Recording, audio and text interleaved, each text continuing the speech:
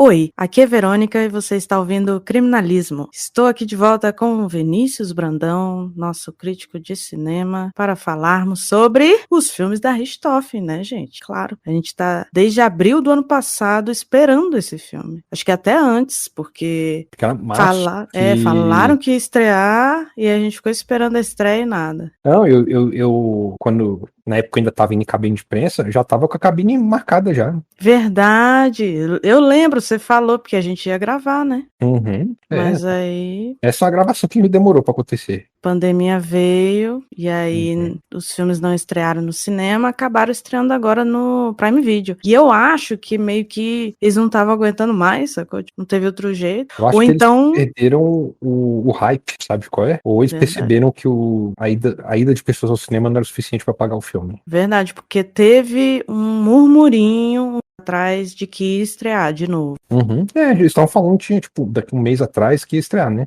Não, acho que mais tempo. Já tinha um tempo aí que eles estavam falando que ia estrear no cinema, não sei o que, nanana, e aí não rolou de novo. E aí Aí ela nos enganou. não sei se eles foram atrás do Prime Video, o Prime Video foi atrás dele, mas saiu. Vocês não Não, sabem que eu não dia. vou reclamar, não. Eu acho melhor ter saído no Prime Video do que no cinema. Sem dúvida, com certeza, porque ter que Por ir no causa da cinema. experiência que ele quer criar, eu acho que combina melhor com o stream do que com o cinema. Com certeza, você ter que ver dois filmes, um depois do outro. Isso. E no cinema, isso a gente fazia quando era pequeno, né? Hoje em dia não dá mais pra fazer isso. Não, e pagar 2 ingressos pra ver a mesma história de novo. Exatamente, não vale a pena, com certeza. Apesar de que eu lembro que eles tinham um papo de que eles pretendiam fazer, tipo, 3 versões diferentes, né?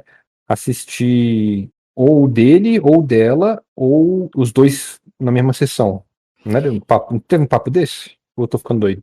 Não sei, eu acho que talvez teve o papo de aproveitar o ingresso, alguma coisa assim. Ah, eu acho que tinha um negócio desse mesmo, né? Aproveitar o ingresso de uma sessão que você podia ir pra outra já. É. Mas beleza, a gente falou, mas não falou o nome dos filmes, né? Que é A Menina que Matou os Pais e O Menino que Matou Meus Pais. Aproveitando aí que a gente tá falando sobre, já conta mais ou menos sobre o que é o filme, né? Porque assim, a gente sabe sobre o que é o filme, mas como ele foi feito, né?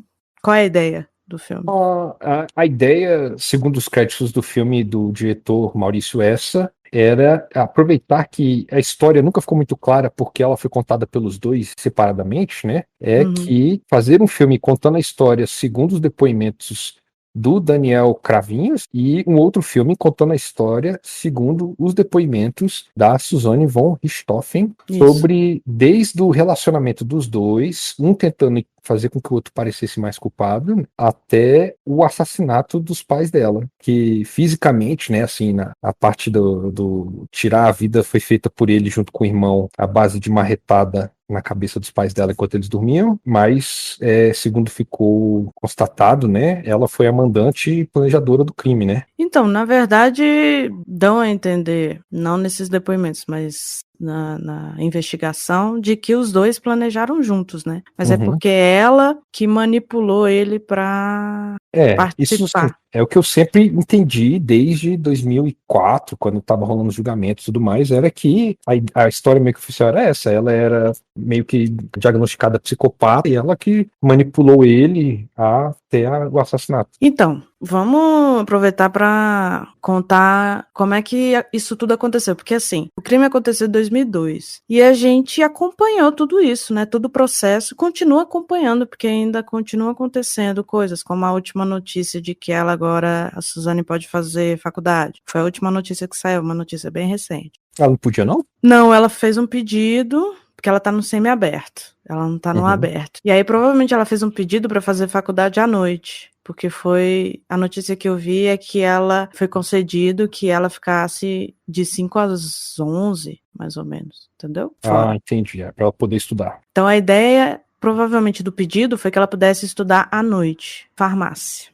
Uhum. Farmácia. Farmácia. Ela é uma figura tão icônica, né, dos últimos 20 anos aí, que, tipo, ela com frequência é mencionada por pessoas e qualquer coisa que acontece em relação a ela na vida da prisão vira notícia, né? Eu lembro, Exatamente. ela casou com outra mulher no sistema carcerário e virou notícia. Ela saiu naquele negócio de liberdade. Como é que eles fazem para datas e feriados? Saidão, que eles chamam. É, isso. Ela saiu no saidão no Dia das Mães. E aí, tipo, as pessoas virou notícia esse negócio. O pior é que ela sai todo ano, no Dia das Mães e no Dia dos Pais. Todo ano, nesses 2 dias, a galera fala. Todo ano, sempre fala disso aí. E Porque de é um alguma direito, forma ela virou uma pessoa muito icônica, assim, no imaginário popular brasileiro, sabe? com certeza. E Mais do que outros criminosos. é muito doido, porque assim, em 2002, quando o crime ocorreu, isso foi tudo muito televisionado, né? Chamou muita atenção porque eram ela e o irmão de classe média alta, Uhum. e os pais foram brutalmente assassinados, e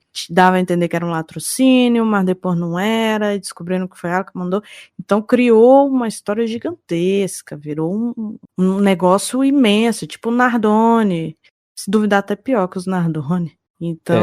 Eu acho que é Então, mais televisionado, que foi mais, assim, mostrado de forma geral que os Nardoni, pelo menos aqui, assim. parece que sim, porque ela acabou chamando muita atenção, né, a Suzane? Uhum. Pelo jeito dela, Ela pelo virou meio que estilo uma dela. figura demoníaca, assim, no imaginário popular brasileiro. É porque ela Se bem que os Nardoni também não ficaram tão longe disso, né? É porque a questão da Suzane von Richthofen, eu acho, é que ela foi desmascarada rapidamente e ela é muito, assim, descarada. Ela é uma manipuladora fria, calculista, descarada. Ela Uhum. não disfarça muito. Então, ficou muito claro que ela estava enganando, que ela mentiu, que ela enrolou e etc. Os Nardones ainda se fazem de coitados, eles ainda conseguem, né, passar uma imagem mais quieta, de não chamar atenção. Ela não, ela faz um monte de coisa que Ela parece que gosta de chamar demonstra. atenção, né? É porque as atitudes dela são muito,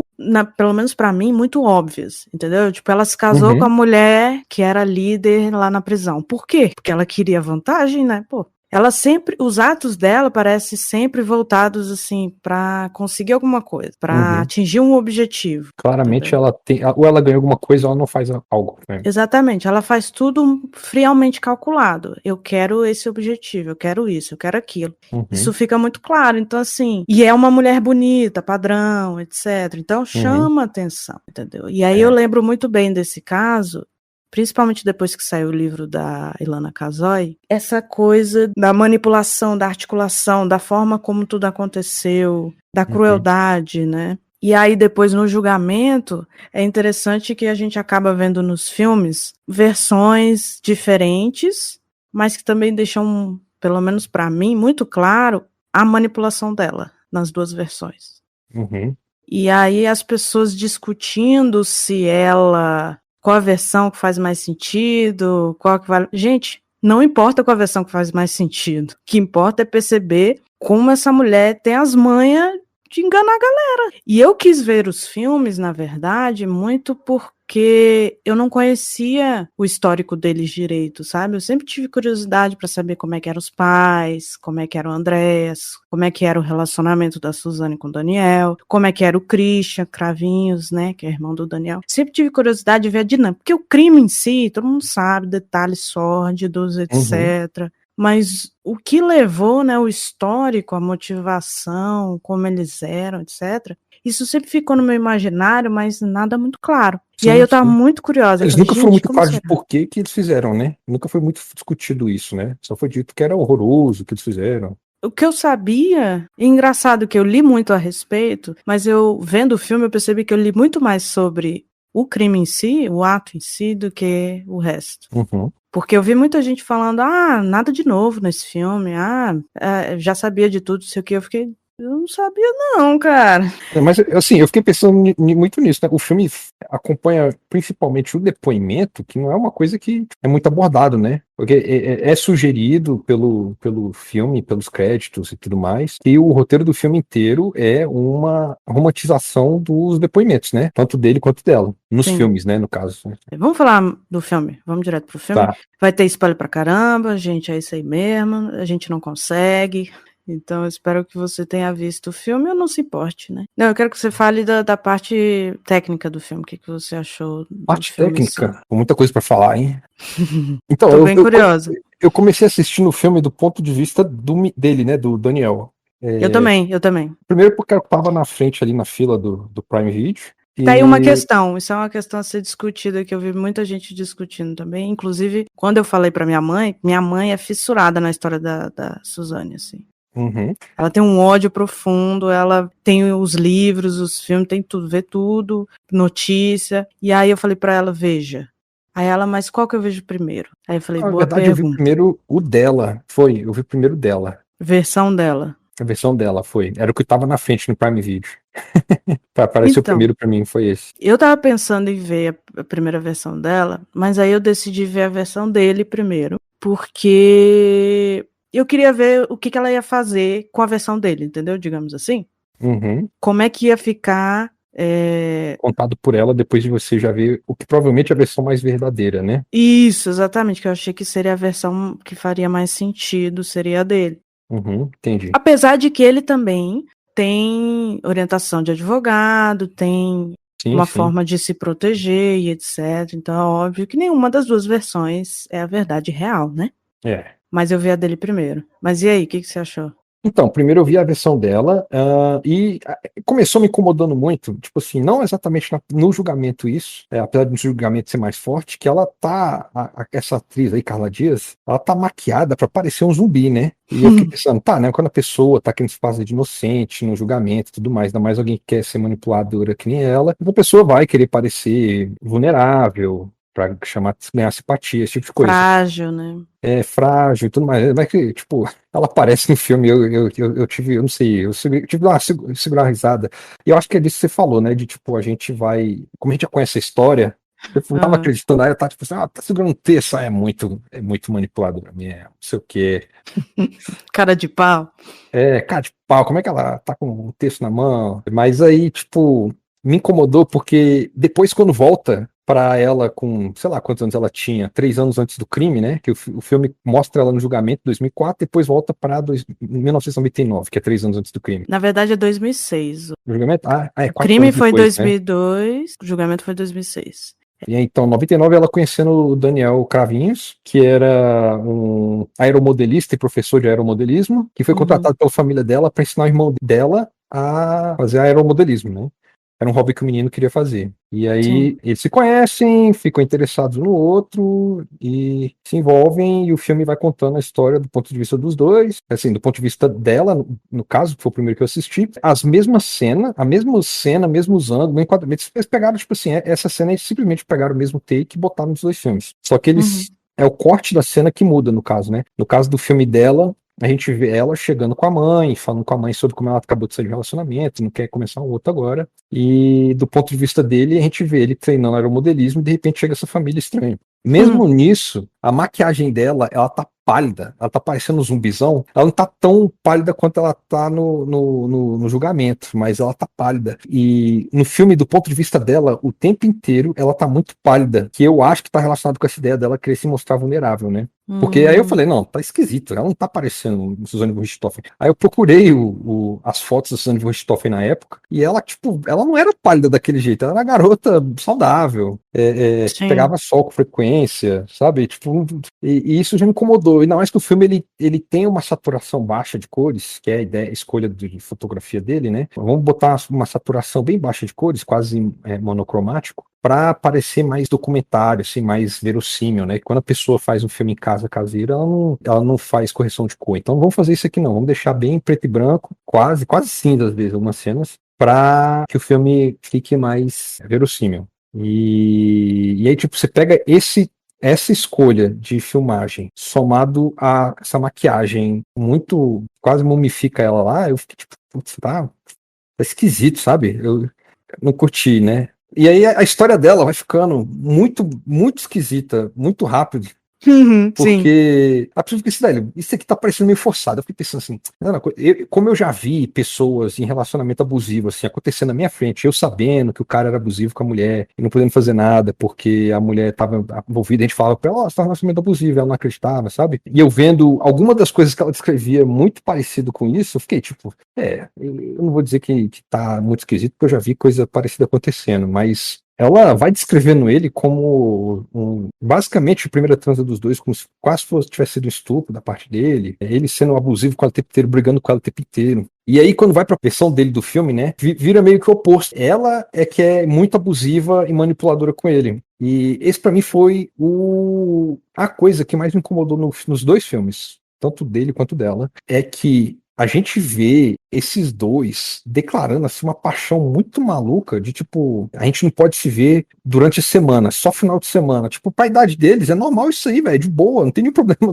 se ver só no final de semana, mas é tipo, o jeito que os dois agem é como se alguém estivesse cortando o cordão umbilical, sabe? Eu senti isso, que eles tinham um relacionamento muito forte, muito intenso, dos dois lados. Não era abusivo só de um lado, do outro, era dos dois lados. Era muito desesperador, assim, porque ela fala que vai pra Europa passar um mês e ele acha que é o fim do mundo, que ele vai morrer, que não vai aguentar. Gente, é só um mês. Aí quando é o filme dele, é tipo o cara sofrendo, ele parece a Bella no Crepúsculo, sabe? Quando o Edward termina com ela no Lua Nova, e ela fica tipo 3 meses sentada, olhando pela janela que o filme retrata. É tipo, é isso, velho. Eu fiquei tipo, velho, é muito louco esse relacionamento dos dois, que eles são muito dependentes os dois desse relacionamento, né? Os dois filmes retratam como o relacionamento sendo, no filme dele, ruim pra ele, e no filme dela, como ruim pra ela. E eu não consegui entender de onde é que vinha essa paixão deles, sabe? Pois é, porque a ideia é retratar o outro como vilão, né? Isso, então eles não pegam a parte que fez com que eles se apaixonassem tanto a ponto de querer matar os pais dela, entendeu? Mas você percebe que é claramente um romance adolescente elevado à última potência, porque adolescente é assim. Adolescente, tudo é o fim do mundo, tudo não vou aguentar, tudo é um sofrimento. Agora ou nunca, é muito agora. Então, dá pra ver que faz sentido, é factível que eles são muito desesperados. Muitas coisas que eles fazem são coisas que acontecem mesmo, de tipo entrar na casa do outro escondido, ou sair escondido, isso é comum, isso acontece realmente. Mas a forma como eles tratam, ao invés de mostrar os dois muito apaixonados, mostram os dois apaixonados, mas de forma desproporcional, né? Porque sempre tem um que tá mais em cima, digamos assim. Assim, tem que se levar em conta que cada um dos filmes está tentando, o ponto de vista de um deles, tentando fazer o outro parecer o vilão da história. Eu compreendo isso. Mas como o filme é desinteressante, tipo assim, como narrativa, uma vez que eles chamaram o Rafael Montes, mega escritor de ficção policial, para romantizar o filme, eu acho que deveria ter havido pelo menos uma preocupação aí em fazer com que o filme fosse mais envolvente em forma narrativa, no sentido de que, tipo, quando você faz um filme em que as coisas ou são 100% das vezes ruins ou 100% das vezes boas, o filme vai ficar chato. Ele precisa ser meio que uma montanha-russa, tem que ter uma vitóriazinha do protagonista aqui, uma derrotazinha ali, porque aí você consegue acompanhar, você consegue torcer. Nesse caso, como não tem em nenhum dos dois filmes isso, é só ruim o tempo inteiro, fica chato, sabe? Não tem vitória nenhuma, não tem derrota, é só derrota, sabe? Eu acho que acaba ficando meio engessado, né? Porque eles estão pegando o depoimento, estão pegando algo que é real, depoimento real dos dois, e colocando de forma romantizada no filme. E aí, a Ilana Kazoy, ela também é muito boa para romantizar a história. Os livros dela, ela traz um ponto de vista romantizado, um ponto de vista que é mais interessante de ler, entendeu? Então, tanto ela quanto o Rafael Montes, eles sabem fazer esse tipo de escrita, eles sabem passar isso para o papel. Mas eu acho que as fontes de informações engessaram um pouco a história, e eles acabaram focando em coisas que, principalmente no filme dela, eu senti o filme muito mais chato do que o outro, do que a versão dele. A versão dele é muito mais interessante. Muito mais interessante, porque tem altos e baixos. Ela tem mais nuance também, né? Porque ele tá sendo um pouquinho mais sincero do que ela. Não sei o quanto, né? Mas dá pra ver claramente que os fatos que ele tá contando são mais coerentes do que os fatos dela. E acaba ficando mais interessante, porque tem mais nuances. porque tem histórias boas e ruins. Não sei se é porque eu já tinha visto dele, e aí quando eu vi o dela eu tava mais cansada, talvez, mas eu achei a versão dela muito chata, muito inverossímil. Eu fiquei tipo, você tá enganando quem, querida? Pelo amor de Deus. A versão dele, ele tem defeitos, né? A versão dela, ela não tem defeitos nenhum. Ela é só uma garota completamente inocente que parece que foi levada pelo lobo mau pra floresta, sabe? Ela tem um defeito sim, ela é insuportável. Ô bicha chata, velho. Então, Pelo amor de chata Deus. pra caralho. Mas sim, não Ela é tem chata na defeitos. versão dela e na versão dele, né? Ah, com certeza. Porque ela é praticamente a Chapeuzinho Vermelho na versão dela, e na versão dele ela é o capiroto, bicho. A menina é chata pra caralho, velho. Como é que o cara aguenta um namoro com uma mulher daquela? Ô bicha chata, meu Deus. Mas não é verdade, não é nenhum dos dois. Né? Esse que é o negócio, um dos dois é verdade. Ela com certeza seduziu ele pra caramba, tinha as manhas, sabia o que fazer na hora certa e tal. Alguma coisa na personalidade dele atrai. Assim, pessoas manipuladoras vão ter interesse em pessoas que são mais manipuláveis, né? Alguma coisa da personalidade dele deixou aberto pra ela que ela teria essa possibilidade de manipular, né? Posso estar falando besteira, a gente reconheço Não, isso. normalmente, manipuladores procuram pessoas vulneráveis, pessoas que estão passando por momentos vulneráveis ou que são mais inocentes, mais manipuláveis. E, cara, querendo ou não, ela tem um padrão de beleza que muita gente gosta. Então, isso, Assim, com certeza, foi a primeira coisa que chamou a atenção dele e que atraiu ele nela. Não tem jeito, entendeu? Pra sim, sim. continuar, é que ela mostrou outras coisas, mas com certeza é só você ver as fotos da Susana von Richthofen, galera. Ela é uma mulher padrão 100%. Ela tem um corpo magro, tudo certinho, tudo no lugar, digamos assim. Responde a vários Estereótipos. estereótipos de beleza. Exatamente. Então ela é considerada uma mulher muito bonita que chama atenção. Não tem jeito. E com Sim, sim. certeza isso chamou muita atenção dele. Tanto que o relato de como eles se conheceram é de que foi ela, o Andrés e a mãe, e quando chegaram lá, a mãe falou que o Andrés queria, o Daniel perguntou se ela também queria. Sim. Chamou a atenção de primeira vista. Sim, Entendeu? sim. Deu pra ela perceber imediatamente que ele tinha algum interesse nela, né? Exatamente, exatamente. Então, assim, não tem jeito. Foi uma das coisas que pegou forte pra ele. Mas aí, com a manipulação, com outras coisas, ela foi conquistando ele de outras formas e tal. Mas não tem como a gente descartar que o relacionamento era puxado, entendeu? Dos dois lados. Era um relacionamento nojento para as duas pessoas. Muito Sabe, relacionamento passional. nojento. Pô, tem relacionamento que é nojento mesmo. Esse é um que, assim, que visivelmente é um relacionamento. Você, tipo, Grude. se você é amigo dessas pessoas, você não quer estar perto delas, porque é uma merda estar perto delas. Tipo isso. Outra questão interessante é a parte das drogas, né? Cada Que um fala que o um outro culpa o apresentou outro as drogas. pelas das drogas. Eu Essa acho cena que eu achei tão engraçada, tipo assim, porque maconha é uma droga que, tipo, tá bom, não é assim, a coisa mais aceita do mundo, mas em relação a outras drogas, sempre tem algumas pessoas que falam assim, mas todo mundo usa maconha em certo ponto da vida, sabe? Tipo, e aí eu fiquei então, tipo, tá, mas esses dois aí tentando pagar de inocentes. pois é, e eles focam muito na maconha, né? Mas na verdade não era só maconha, eles usavam êxtase e cocaína também. Em certo ponto do filme fica claro, né, que eles usavam outras coisas. Mas foca muito na maconha, como se a maconha deixasse a pessoa fora de si, e total.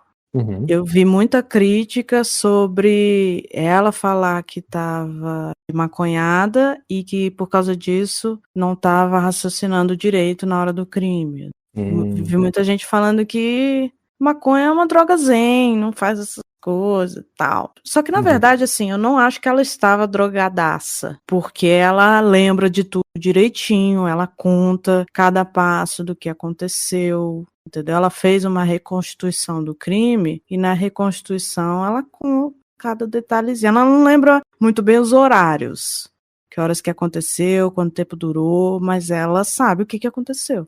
É porque no momento da investigação, do inquérito, etc., ela fala tudo. No julgamento ela já tem uma orientação, entendeu? Do que pode falar, do que não pode. Essa parte das drogas é uma parte que é vista como negativa, principalmente quem levou droga para quem. Por isso que eles provavelmente foram orientados de botar uma culpa no outro. Na minha visão, quem pode contar a verdade sobre isso é o Andrés. O Andrés que sabe. Ah, sim.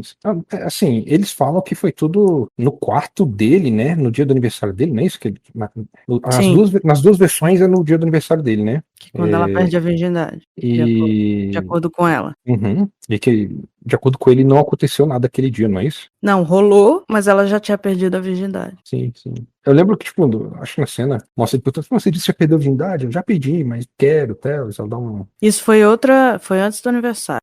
Não foi no aniversário. Ah, é? Foi antes. Ah, tô ficando confuso com o filme já.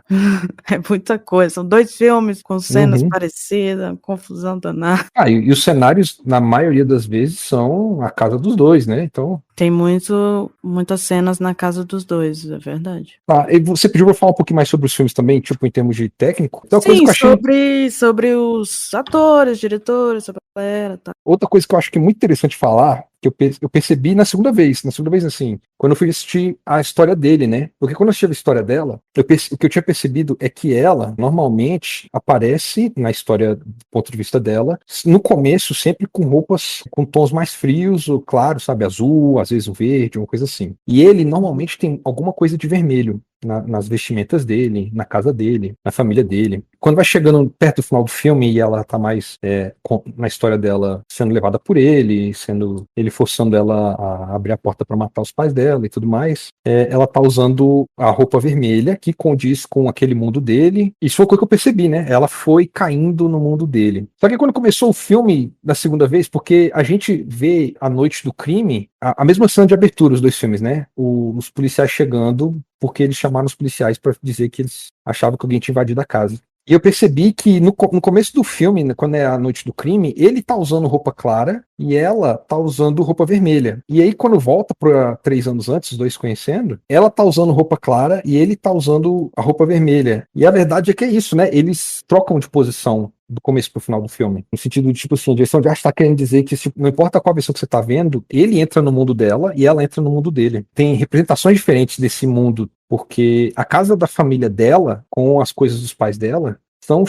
é cheia de coisa vermelha. Que é meio querendo dizer que, tipo assim, coisas vermelhas, do ponto de vista dela, são coisas ruins. Que é os pais dela, para ela, são retratados como coisas horríveis, né? E pessoas horríveis. No ponto de vista dele, ele tá tentando ainda sentir, tipo, se dar bem com os pais dela ainda. Então ele usa vermelho, ele meio que tenta se adequar ali no mundo vermelho dos pais dela. Então, assim, direção de arte desse filme é muito legal. Muito, muito fera. Eu achei isso muito legal mesmo. Esse negócio do jogo do vermelho com as cores mais claras. Ah, que bom. Teve uma coisa interessante, né, aí no meio. Só que aí, tipo, a princípio, eu tava achando o filme esquisito, eu não conseguia dizer o que que era, tipo, as cenas. Sabe quando você assiste um filme e você consegue ver que o ator não tava preparado pra fazer aquela cena, e aí você vê ele entrando assim do nada, tipo, era pra ser um cara numa casa, ele provavelmente tá vindo do quarto dele de algum outro lugar, mas você consegue ver que não é tipo um personagem vindo de um quarto de outro lugar, mas o ator usando a deixa pra entrar no cenário. Sabe quando você consegue perceber isso no filme? Não, dá pra perceber isso? Então, nesse filme eu fiquei o tempo inteiro, tipo, deu pra ver que, tipo, aquele ator tava se preparando ali atrás, sabe? Tipo, o tempo inteiro tem alguma coisa nele que não parece verdadeiro,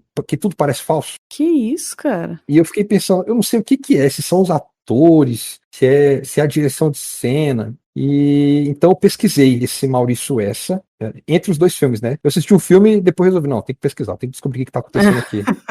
Não viu direto.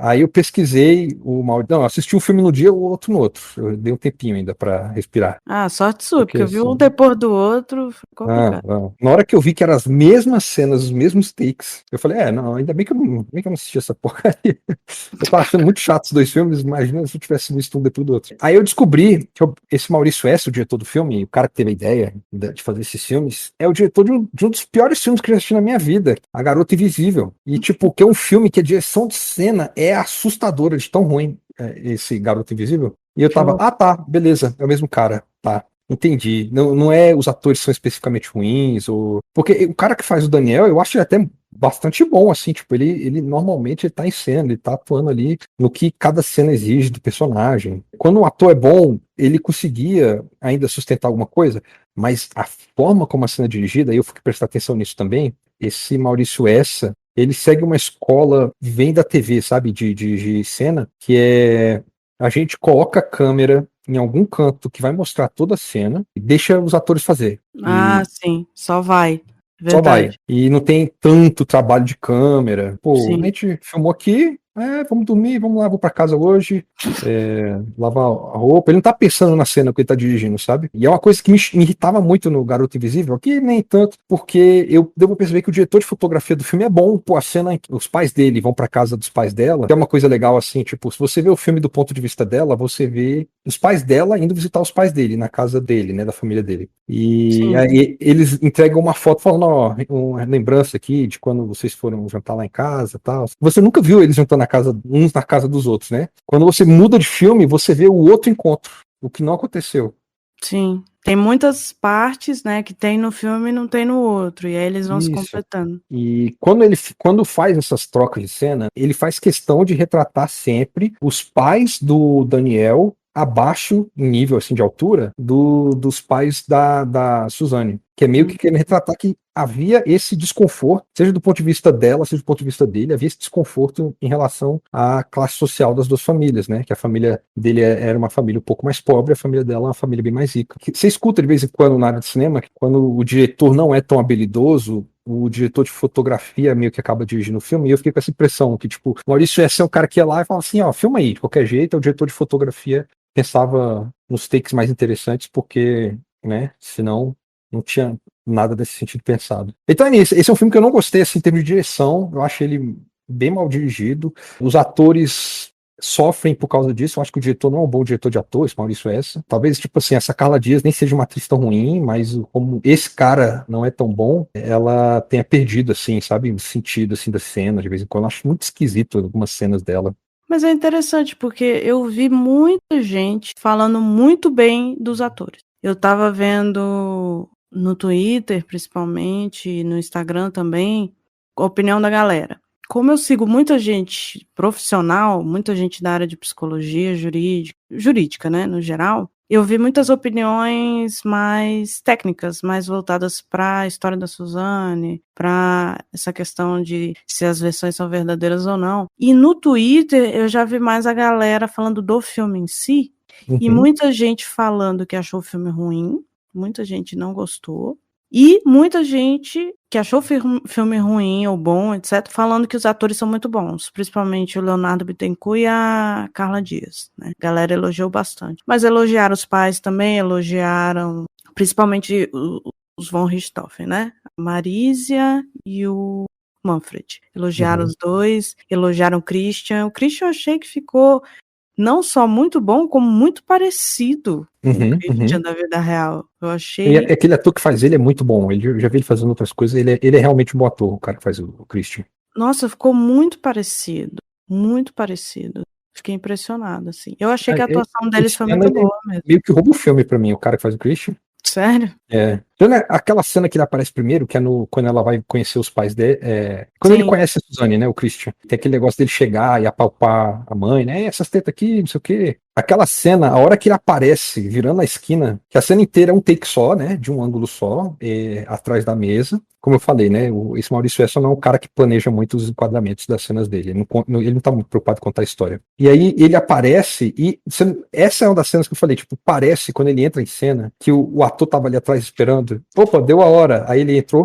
Porra, não senti isso, não. É a minha deixa, vamos entrar. E aí ele entra, e aí, família, não sei o quê. Tipo, ele tá fora do ritmo da cena. E, tipo assim, eu sei que o personagem dele, ele tá no ritmo diferente dos outros personagens. Parece que ele ligou ali atrás, sabe? Tipo, liguei o personagem, vamos. Ele muda o ritmo da cena, com Ele certeza. muda o ritmo da cena, mas o jeito como ele entra, ele parece que ele entra andando no ritmo, e aí ele começa, e aí, não sei o quê. Tipo, o ator não tava tão animado assim, ele teve que dar aquela animada enquanto ele andava pra dentro do quadramento, sabe? Ah, mas você tá com umas complexidades, uns negócios que, meu Deus do céu. Tipo, eu sei, é coisa chata, assim, dependendo de quem, mas, tipo, Não é faz o chato, é filme não tipo, parecer tão legal, tão bem feito, sabe? eu acho que você tá falando de uma parada que pra mim é muito difícil de perceber, assim. Não é uma coisa que eu percebo naturalmente. Ah, a Uhum. pessoa está entrando na. Eu não ia perceber, não percebi, não sei se perceberei, Tá, se ver então novamente. vou falar de jeito diferente. Imagina assim, Tom Cavalcante entrando em cena no Sai de Baixo, em determinado momento do episódio do Sai de Baixo, e alguém entrando em cena em um filme, sabe? A galera tá esperando a pessoa. Você Essa vê que sensação que ele eu tá tenho. em pé atrás de uma porta, esperando a hora do personagem dele entrar e falar uma piadinha. E você vê que esse cara, ele não tá no ritmo do personagem, que o personagem tem que estar naquela cena.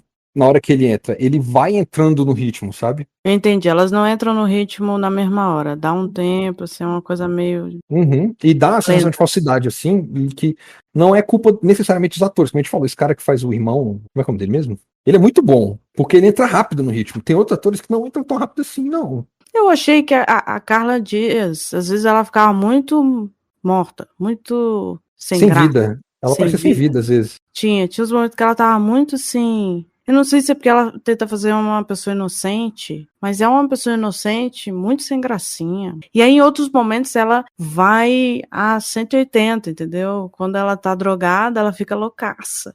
Uhum, uhum. Principalmente na versão dela, da Suzane, que ela conta que ela entra na casa. Essa versão faz sentido nenhum, entendeu? Não combina nada com a versão da reconstituição, com a versão que ela deu depoimento, etc. Porque no filme ela fica loucaça, entendeu? Uhum. Ela dá uns gritos, ela fica com o olho vidrado, ela põe a mão na cabeça. Ela tá Parece meio que ela bipolar tá, no filme, né? Nessa cena. parece que ela Tipo, tá tem hora que ela parece que ela loucaça. tá empolgadaça, e tem outra hora que ela tá tipo, não, não, não, você que manda. Tipo, No início ela tá bem, tipo, ai meu Deus, ai meu Deus. Não, e tem uma hora que ele abre a porta do carro, quando eles chegam na casa, ele abre a porta do carro e ela tá, tipo, tremendo. Gente, nada a ver, sim. ah, é. A versão dos dois, assim, do dia do assassinato é muito esquisita, sabe? Os dois, assim, com. Retratando o outro sem medo nenhum, com raiva. Nenhuma das duas convence. Eu acho que o problema justamente é esse, sabe? Nenhuma das duas versões convence, porque a gente sabe que são duas versões que são fantasiadas, assim, né? Pelos próprios personagens, querendo convencer que o outro é mais culpado que eles, né? E eu acho que isso reflete na própria representação das cenas, ainda mais no filme que tá tentando ser tão verossímil assim, fotografia mais acinzentada, tão documental, e aí de repente a gente vê um negócio que é tão fantasioso porque a história quer que seja a versão fantasiosa daquela pessoa, eu acho que reflete e não fica legal. Fica meio estranho mesmo, assim. Uhum. Mas eu não sei se talvez seja proposital, né? Pode ser que seja proposital essa fantasia, pra mostrar que não é Uhum. real. Sim. Apesar de muita gente ficar, em qual versão vocês acham que é a real? Gente, Não tem essa. nenhuma. Assim, uma coisa assim que qualquer pessoa que estiver ouvindo aqui e não conhecer a história direito, a gente pode falar bem claro, ó. As duas versões vão ter alguma coisa de verdade, as duas versões vão ter muita mentira. Muito provavelmente, a única coisa que a gente sabe que é verdade ali é que eles se conheceram da aula de aeromodelismo. É tipo os fatos, sabe? Tipo, eles se conheceram ali, teve o aniversário dele, que ela deu óculos pra ele. Talvez algumas falas nos dois sejam iguais, e isso leve mais para ser verdadeiro, mas assim, fato, não tem como dizer que nada ali é fato de verdade. Tirando que a É, é marretada na cabeça das pessoas. É muito complexo. Por exemplo, a briga do Manfred com a Suzane, que ele dá um tapa na cara dela, o Andrés falou que é verdade. Tem muita verdade em situações que não são necessárias. Acho que é isso, é nesse sentido. Uhum, Tem muitos fatos, principalmente os fatos, tipo, onde ele estava, o que estava fazendo, com quem, isso acaba sendo mais real. Tipo, eles viajaram juntos, ela foi para a Europa e ficou um mês, conheceram, né, aeromodelismo, ele teve campeonato que ela foi junto. Tudo isso aconteceu. Agora, como uhum, eles reagiram a esses acontecimentos, o que eles falaram, etc e tal, aí não necessariamente, aí provavelmente não. E sim, sim. aí acaba que fica muita dúvida, né, em volta deles, de como eles eram realmente. Uhum. Você É, consegue ver como as outras pessoas eram, mais ou menos, tal. Eles não dá pra saber realmente. sim, sim. A gente consegue ter uma noção bem clara assim dos pais dele, do irmão dela, até do Manfred. Então, mas tem um problema que a versão dele, o Manfred é abusador, etc. Mas É, aparentemente não era nada disso. a sugestão de que ele tava batendo nela, de que ele já estuprou ela, né? Então, isso, nada Tipo disso é assim, isso confirmado. não, isso não parece verdadeiro especificamente. Ela poderia corroborar esses fatos, né? De que o pai batia nela. Sim, ela Se tinha seria uma uma pessoa vítima. para falar isso, inclusive é ela, né? Pra corroborar esses fatos. Tipo, a vítima era a pessoa pra gente confiar mais nesse negócio. Mas que, assim, que realmente existiu algum tipo de inimizade entre ele e os pais dela, não consigo acreditar nisso. Mas eu acredito que não é só dele, era dele e dela, sabe? Não era uma coisa exclusivamente os pais dela para com a família pobre e ele, sabe? Então, a minha opinião, de acordo com tudo que eu já vi, me informei a respeito, me parece, e já falaram disso, que os pais dela proibiram ela de namorar com ele. Não Uhum, fica muito claro os motivos, mas isso está claro. A minha opinião é de que Eles eram de rendas diferentes, eles tinham estilos de vida aparentemente diferentes, porque ela ia fazer faculdade, ia para São Francisco, eu nem conhecia São Francisco, nunca ouvi falar. Eu Mas também fiquei, parece que é tipo, não, porque ela não espetacular. pode ir pra PUC, não. Pois é, PUC é pior do que São Francisco. E aí ele não ia fazer faculdade a princípio, né? A ideia que eles dão é que ele não ia fazer faculdade, que ele ia trabalhar com aeromodelismo mesmo, que o foco dele era ser artesão e professor. E que ela ia fazer faculdade de direito, ia ser super bem sucedida, e que esses mundos deles batiam, se confrontavam, entravam em conflito, e que ela estava dispersando, né, do objetivo, que ela não estava estudando tanto, ela estava usando drogas e etc. Estava desvirtuando do objetivo, né, digamos assim. E isso me parece razoável. Eu consigo imaginar pais agindo dessa forma mesmo. Esse cara é uma má influência, está atrapalhando o futuro da minha filha, principalmente se você tem um foco, né, no estudo, no dinheiro, em deixar sua filha bem, tão bem quanto eles são. Então faz sentido. O problema é que eles foi o fim do mundo para eles. Foi uma coisa. Pros dois, né? Tipo, não fazia sentido como eles levaram aquilo a sério. Eles reagiram de uma forma muito mais negativa. Mas realmente, quem que gosta dos pais proibindo e tal? Eu entendo. Os pais me proibirem de namorar alguém, eu vou chateado e tal. Padrão, né? Quando o pai proíbe de fazer alguma coisa, é quando a criança, é quando o filho mais vai querer fazer. Pois é, mas tipo, eles não estavam suportando fazer escondido, sabe? Mostra o lado dele de tipo, eu não aguento mais, tudo escondido, não. Aí eu, gente. Isso é quando tá contando a história do ponto de vista dela, né? Que ela sugere que ele tava descontando nela porque ela tinha que fazer as coisas escondidas. Sei lá, é muitas questões, assim, e aí eu fui procurando, indo atrás do Andréas, né, da história do Andréas, da versão do Andréas, tudo do Andréas, pra ver se a gente chega num consenso, numa coisa mais meio termo, né. E do Christian também, né, e eu acabei descobrindo várias coisas, de tipo, o Christian realmente, de acordo com ele, foi convencido dias antes, e ele não queria, mas ele fez pelo irmão, né? O irmão realmente falou pra ele assim, eles estão batendo nela, estão abusando dela. Houve essa tentativa de convencer não só o irmão, como ele também.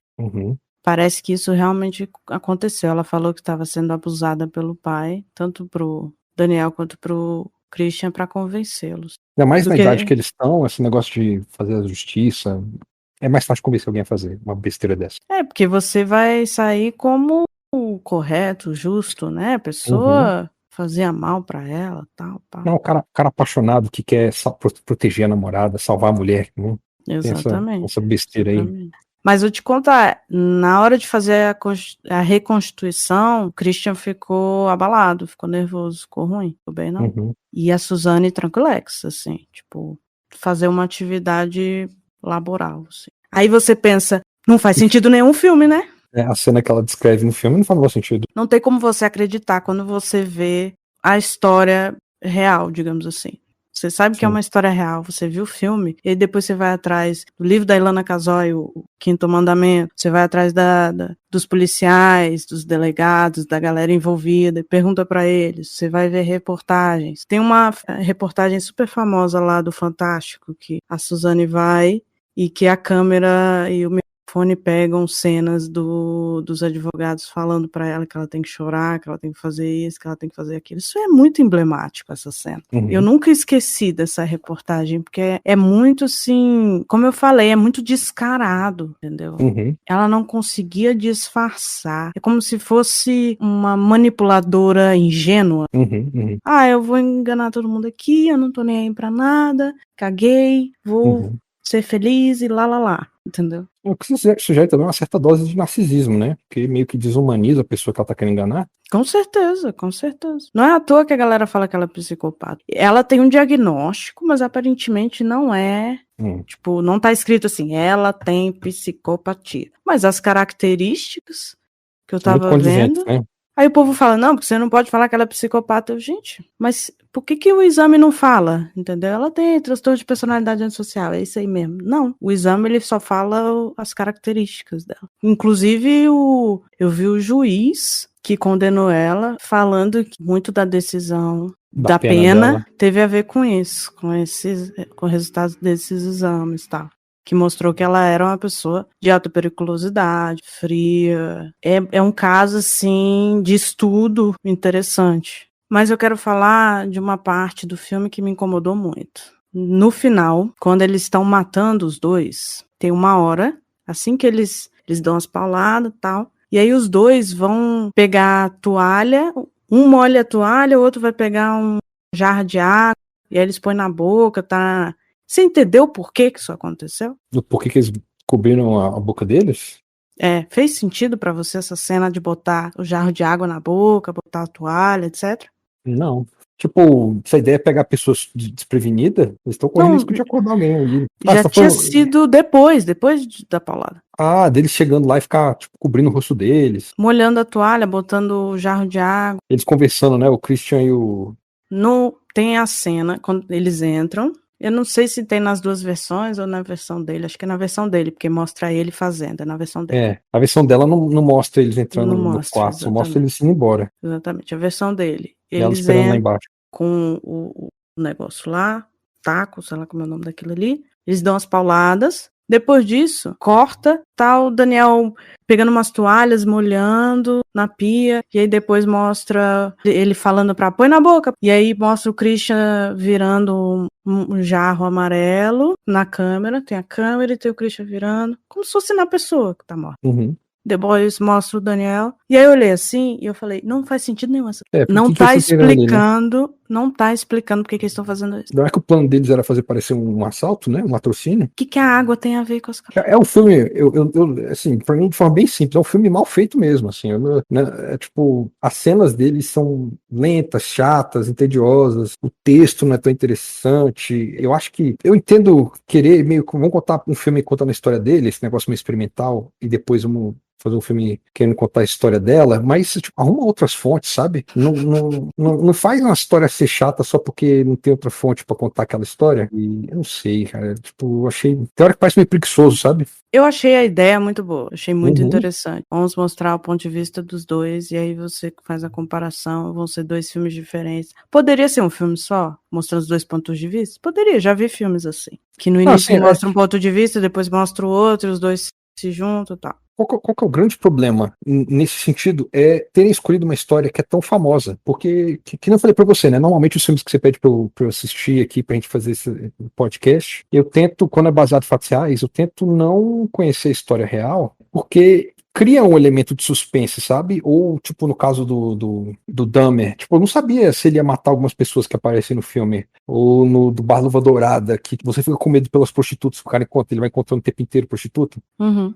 Não tem esse elemento de suspense aqui, sabe? Sim, a gente já sabe o que vai acontecer. Porque tá muito preso nessa narrativa de, tipo, ele é culpado, ela é culpada, não tem outro elemento. O filme perde muito com isso. Mas eu preciso explicar por que eles fazem isso. Fale. Por que tem o lance da toalha e do jarro de água? Por quê? Ah, sim. É algo importante que não foi explicado no filme. Então, por que eu quero explicar? Porque eu acho que é muito relevante e interessante, inclusive. Porque mostra a cabeça deles. Tem muito a ver com a história, eu acho, na minha visão.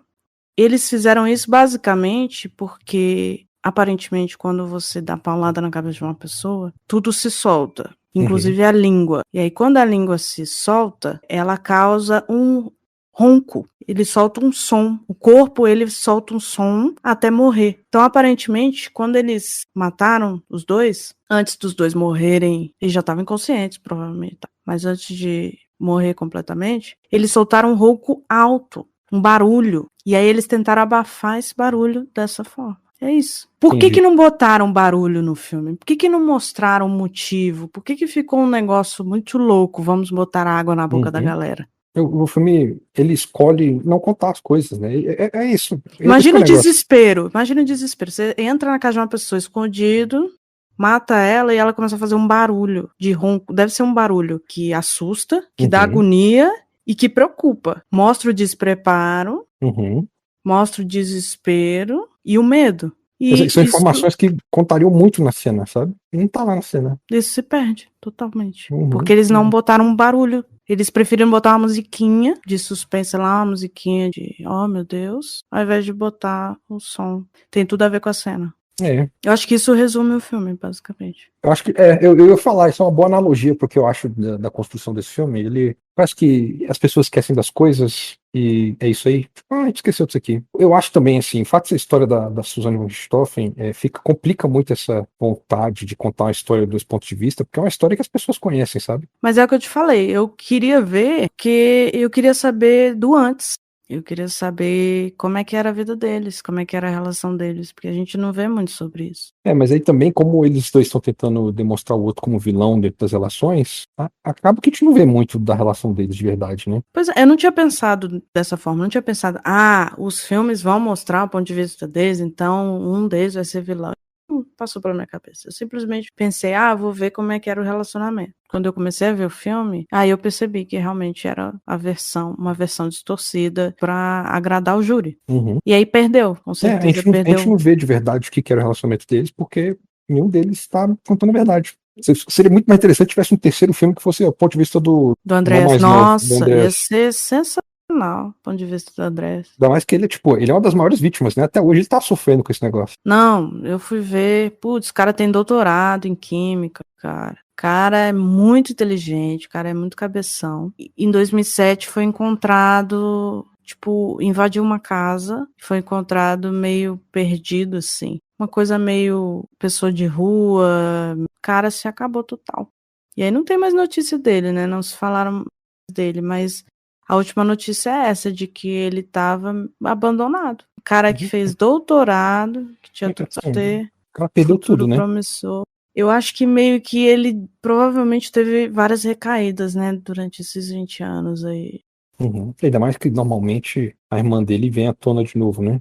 Exatamente, ela aparece direto. Eu imagino que esse filme mesmo já deve estar dando uma balada na vida dele de novo. Com certeza, com certeza. Ele queria sair do Brasil, não conseguiu. Eu não entendi por que ele não conseguiu. Eu acho que deveria ter conseguido, mas não conseguiu. E aí ele continua aqui, continua com a casa lá, continua tendo que ouvir a história da irmã. Ele perdeu a avó. Quando ele é encontrado pelas pessoas, as pessoas querem falar com ele sobre isso, né? Não querem falar com ele sobre quem ele é, o que ele pode conseguir, o que é a vida dele agora. Provavelmente. Diz que ele é é o bem... irmão da Suzanne Richthofen.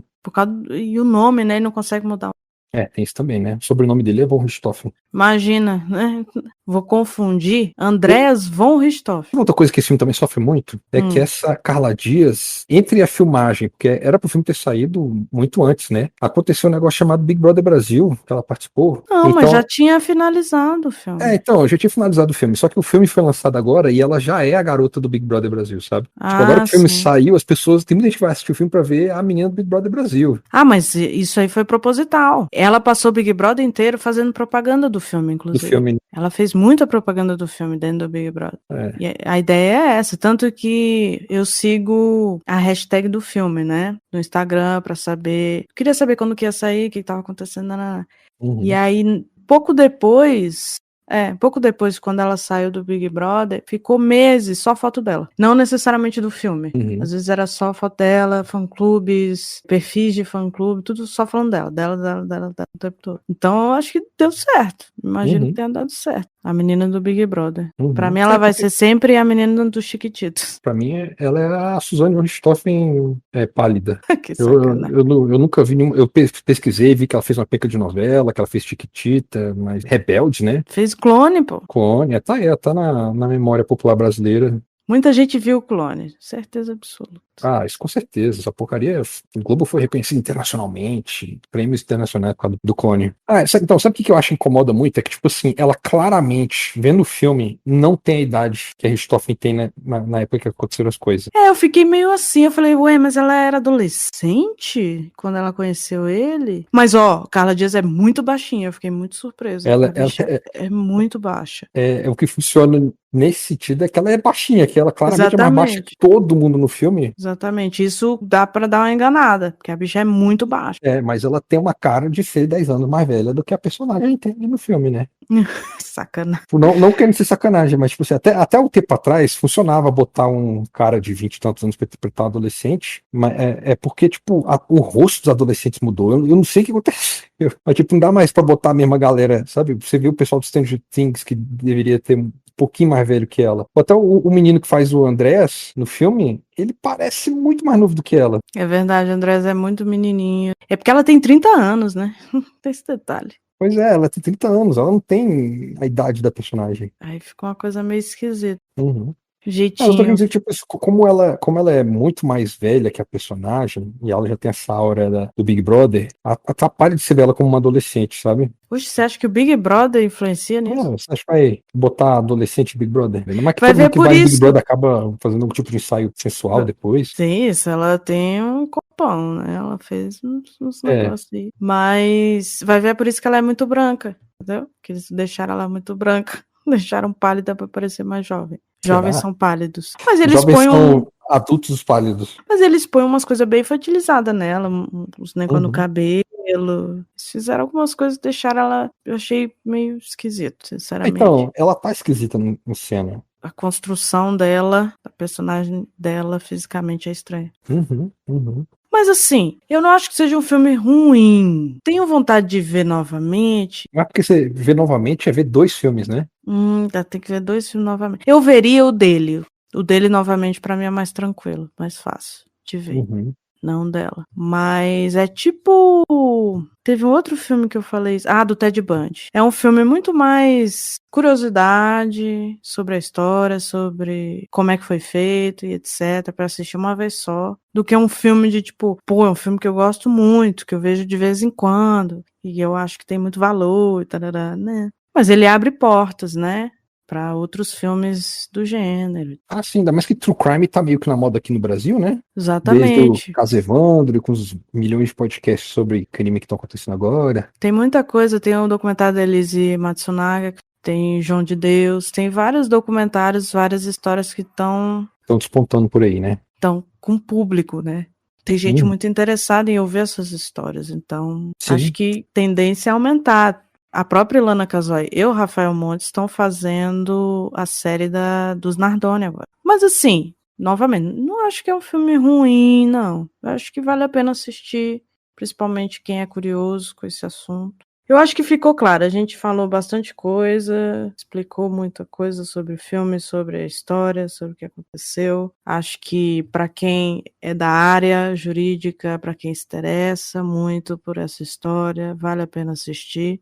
Mas não é lá essas coisas, assim, realmente. Não, se você for da área de cinema, vale a pena assistir mais pela curiosidade de como é que eles fizeram. Eu acho nesse sentido assim, que você vê, às vezes a cena é filmada do mesmo jeito, só que eles filmaram de novo pra ser do jeito dela, foi do jeito dele e tudo mais. Isso eu acho interessante, as soluções que eles acharam no filme. Agora, como filme mesmo, os dois são chatíssimos, eu acho. E ser dois ainda por cima, que contam a mesma história, é mais chato ainda. Aí vai de vocês, o que vocês acham, a opinião de vocês, se vocês acreditaram nas histórias, pelo amor de Deus, não façam isso. Mas é isso, se vocês tiverem mais informações também que a gente não falou, por favor, me falem, que eu tenho muito interesse nessa história, assim, muita curiosidade. Não tem jeito, né? Minha área.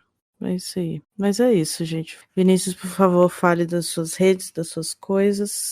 A minha pessoal é Vina_Brandal e a minha do site que eu quero um dia voltar a publicar com mais frequência é Aquela Velha Onda, tudo junto. Tá meio parado porque precisei me sustentar, né, gente? Aí eu arrumei um outro emprego que ocupa. Tá meio abandonadinha aquela velha onda. Tá meio abandonadinho, mas eu estou produzindo um vídeo. Não sei quando ele vai sair, mas estou produzindo um vídeo. Tá ótimo. Mas é isso, de vez em gente. quando tem notícia ainda. Notícia interessante sobre cinema, tem lá. Ele é crítico de cinema, então ele fala bastante de cinema nas redes dele. Se você tiver interesse, quiser falar com ele, Vina_Brandal. E no Twitter, você lembra qual que é o meu Twitter? É Filmaníaco. Filmaníaco é o pessoal, né? Você tá usando? Tô usando. Sim, não com muita frequência, né? Mas de vez em quando eu comento alguma coisinha ali pra ver se as pessoas ficam bravas. Ai, meu Deus, é isso. Eu cometi o erro de dizer o que eu achei de Viúva Negra e tanto de gente que veio me encher o saco. Cara, não vi. Não assista. Certo. Pelo menos o da menina que matou os pais tem um interesse aí, profissional, tal. Esse filme eu não tenho, não. Mas então tá, é isso. Gente, lembrando que eu tô sempre no @criminalismo no Instagram. Eu tenho o Twitter também, mas é meu. É Verônica Veras. E se vocês quiserem me procurar lá no Twitter também. E Verônica com Y. Mas eu tô mais no Instagram. É mais certo. E aí vocês podem comentar, sugerir, criticar, falar o que vocês quiserem. Pode xingar o Vinícius, não tem problema não. Quando você é crítico, se acostuma. Você acostuma a ser xingado. É, muita gente muito irritada. Ah, então tá tranquilo.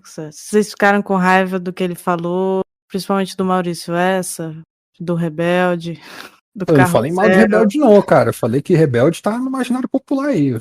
Eu falei mal da Garota Invisível, que é ruim mesmo. Esse aí é.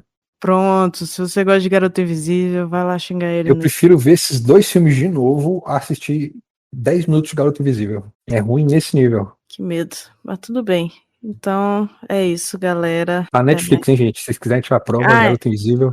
ai, meu Deus, para, não, sem propaganda. Os filmes da Richthofen estão no Prime Video, a gente já falou, né? Então, Aham, sim. acabou de lançar aí. E é isso. Simbora nós. Até mais.